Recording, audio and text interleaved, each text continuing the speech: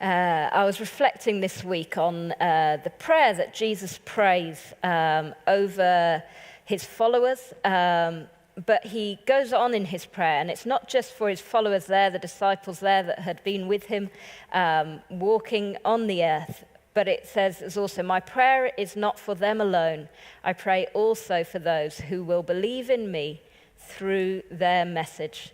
So in other words, he is praying for us. And why does he pray for us? So that the world may believe that you have sent me. And then it says again in verse 22, then the world will know that you sent me and have loved them even as you have loved me. And that's why he prays for us. So what did he pray for us? And as Donald often says, if something's repeated, then it's really important. And this is what he prays for us in verse 21, that all of them may be one. In verse 22, that they may be one. In verse 23, so that they may be brought to complete unity. Jesus prays for our unity, that his followers would be united.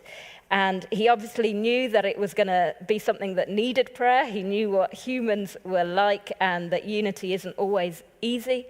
But he obviously also knew that it was worth praying for because it was possible. It was something that was attainable with God. And he also knew that it was key to being good witnesses to the world around us.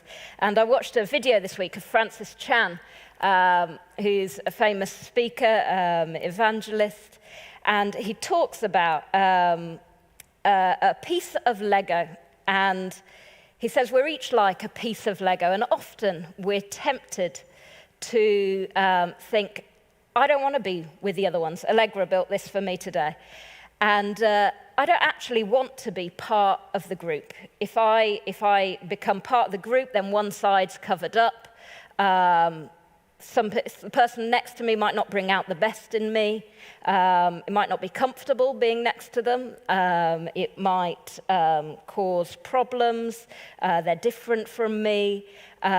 So actually, I want to be myself. I want to stand out. I want to be just slightly sharper edged. I want to have slightly rounder little bits that stand out the top because I'm special and I want to be out on my own. I don't want to be overshadowed by anyone else, and I just want to be on my own.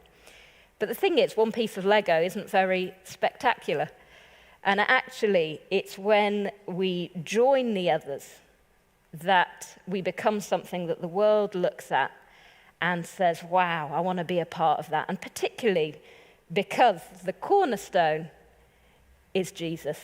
And we want to be united with him, with everyone else. We want to be part of his temple, as it were. We want to be joined with him. And often then the temptation comes, well, I want to be the one up here on the top. I want to be the one that everyone sees, or I want to be the most colourful one, or I want to make sure that I'm in the right place. I want to choose who I'm next to and what, because actually, it'll make life better for me.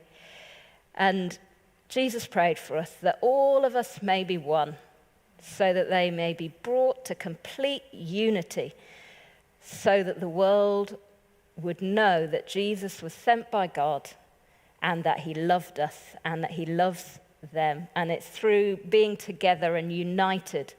And I thought this was particularly pertinent at the moment when we have we're in so many different places.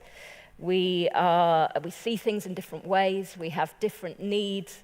We have different understandings of things. And actually that we want to pray together with Jesus, that we would be united as a church as we reach out to the community. That doesn't necessarily mean that we'll all be the same. We're all different pieces, different sizes, different colors.